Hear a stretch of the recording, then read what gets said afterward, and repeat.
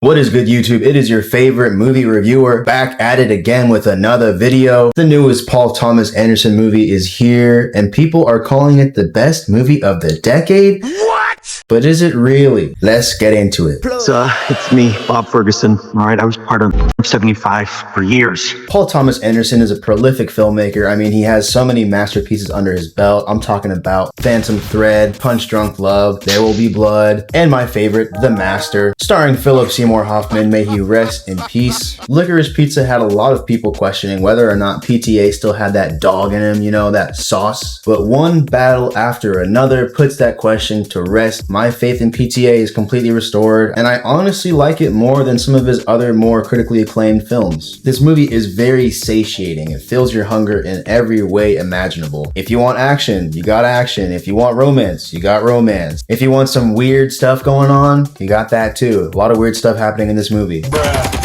It's just 2 hours and 50 minutes of non-stop balls to the walls adventure. But despite the long runtime, this movie never felt like it drags really at all for me. I can't even begin to imagine the stress of being one of the editors working on this movie. There's just so much material in this film, let alone shit that was probably cut out. But again, it never feels like it's dragging behind or lollygagging. It all feels very intentional and focused the entire time. It's just so easy to lose yourself in the world this movie is presenting, and also just in all the different storylines and plots going on at once. It's such a powerful experience seeing these characters' lives play out in real time. Who wins, who loses, who gets shot in the back of the head, who makes good choices, who makes bad choices, why do they do that, and how does it affect their loved ones? This movie really embellishes all those little moments using all the previously established cinematic abilities of PTA. Shout out PTA, bro. He did it again. The soundtrack is also phenomenal. The main piece of the soundtrack really is just so memorable.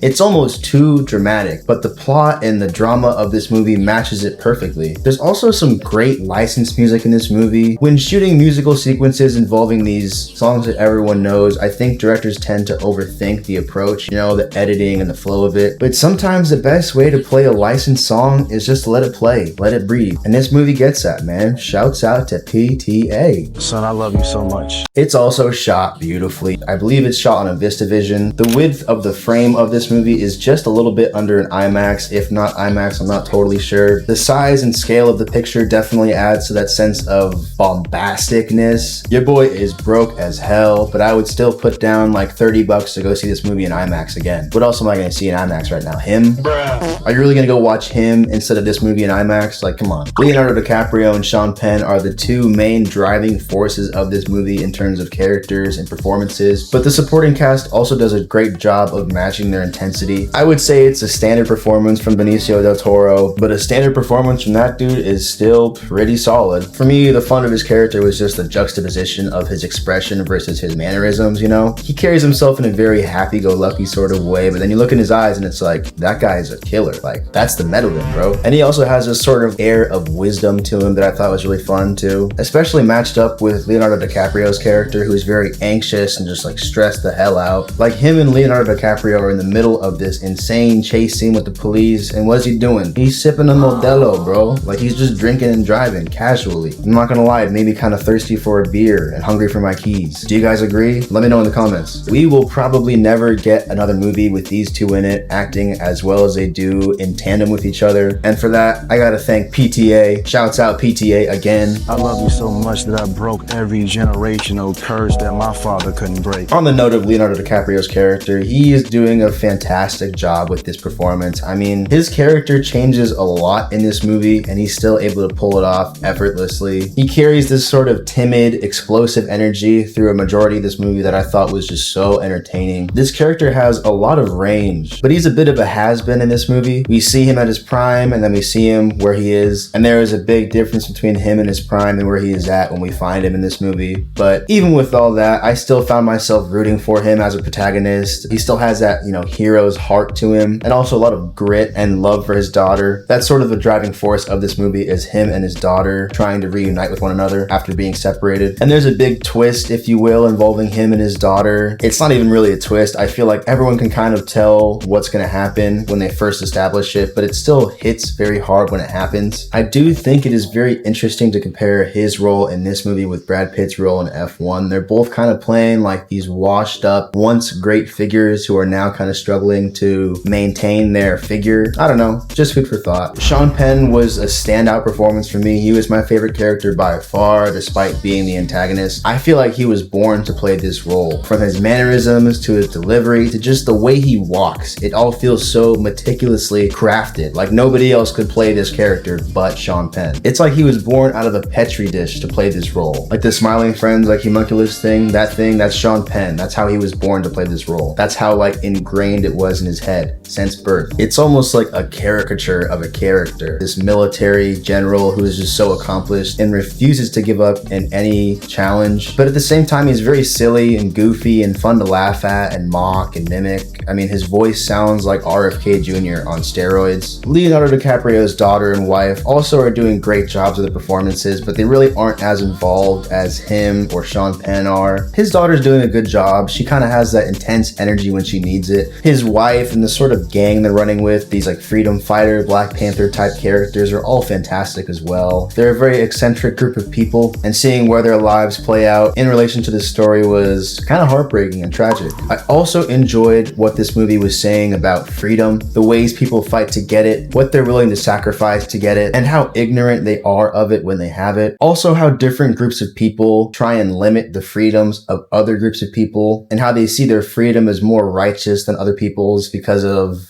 made up rules they have. Given today's current, climate, I think it's just an interesting sort of footnote. There's definitely been a trend of movies getting more and more political, but I don't think it's annoying in this movie. I don't think it takes itself too seriously, but it's still able to say something without being too on the nose. I don't know if I would call this a blockbuster, but I do believe this is about as close to a blockbuster as any of these art house types of movies are going to get. Is it PTA's best work? Let me put it this way. When people talk about his movies, they talk about them as if they're sort of pillars of cinematic achievements. Phantom Thread is in its own area, There Will Be Blood is in its own area, Punch Drunk Love is in its own area. You get what I'm saying? It's kind of pointless to compare these movies, but at the end of the day, they're all their own sort of masterpieces in their own way. And I think One Battle After Another definitely stands on its own in its own category. It's also a pillar of the industry and also PTA's career. There really isn't a ton of negatives to speak of. It's just such an airtight experience. There's very little to critique. It's just a very filling movie. I was so full leaving the theater. I didn't want to do anything for the rest of the day. Maybe throw on some smiling friends, like drink a Diet Coke, that's it. Clock out. Usually after a movie, people are walking home kind of talking about the goods and the bads, the pros and the cons of the movie. But with this movie, I don't think anyone said a word. Like everybody was just like,